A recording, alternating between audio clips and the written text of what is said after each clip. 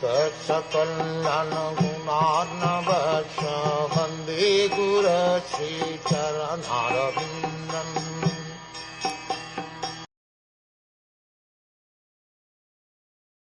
When King Uttanapada heard that his son Dhruv was coming back home, as if coming back to life after death, he could not put his faith in this message, for he was doubtful of how it could happen. He considered himself the most wretched, and therefore he thought that it was not possible for him to attain such good fortune.